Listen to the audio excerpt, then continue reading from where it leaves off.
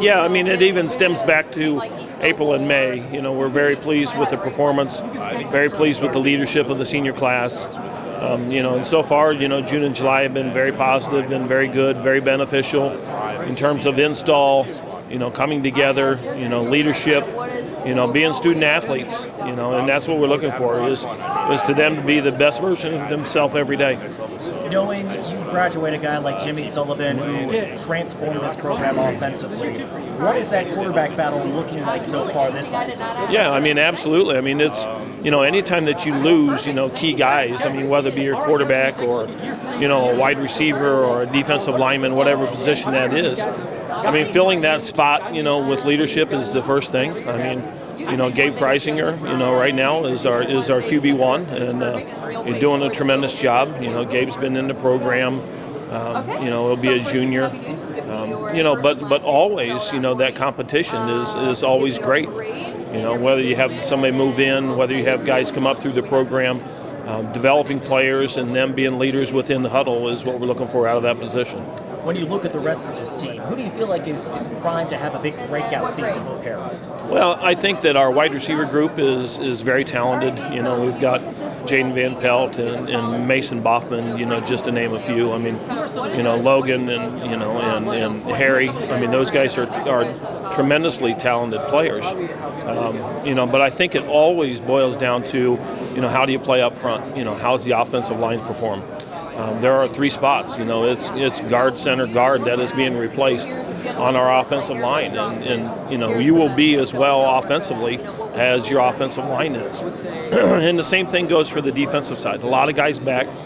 A lot of guys return, and we're looking for leadership out of our linebackers.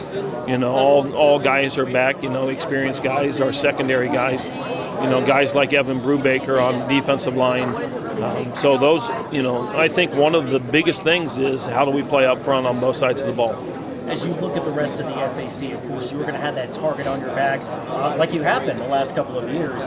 How do you see the rest of the SAC shaking up, knowing teams like Homestead are always solid, Wanger's got a lot of guys coming back, Snyder's always in the mix. What do you foresee for the SAC? Well, there's traditional powers, that are well coached, guys that have been around and we've coached against for a long time. And those guys in those programs are very talented, always reloading.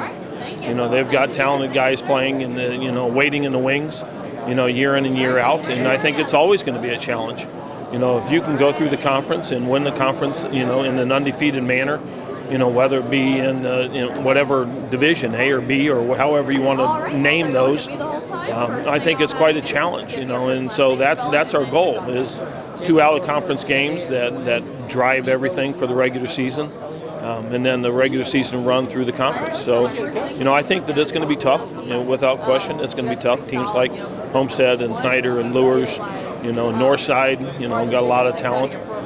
We don't play we don't play Wayne and Northside this year, but 2 teams that are building and vastly improved. Knowing the out-of-conference opponents you'll be taking on, you always want to challenge yourselves as a team. What do you guys still need to do this next month to make sure that you are ready to play winning football and go head-to-head against some of those Indy areas? Yeah, I mean, so our 2 out-of-conference games are Hamilton Southeastern and Center Grove, and obviously 2 of the best football teams in the state.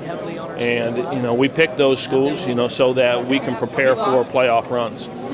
Because we are going to be tested. We're going to be tested when you come, the 3rd week, 4th week of playoffs. And if we want to play against those Indy schools, we're going to have to play them in the regular season.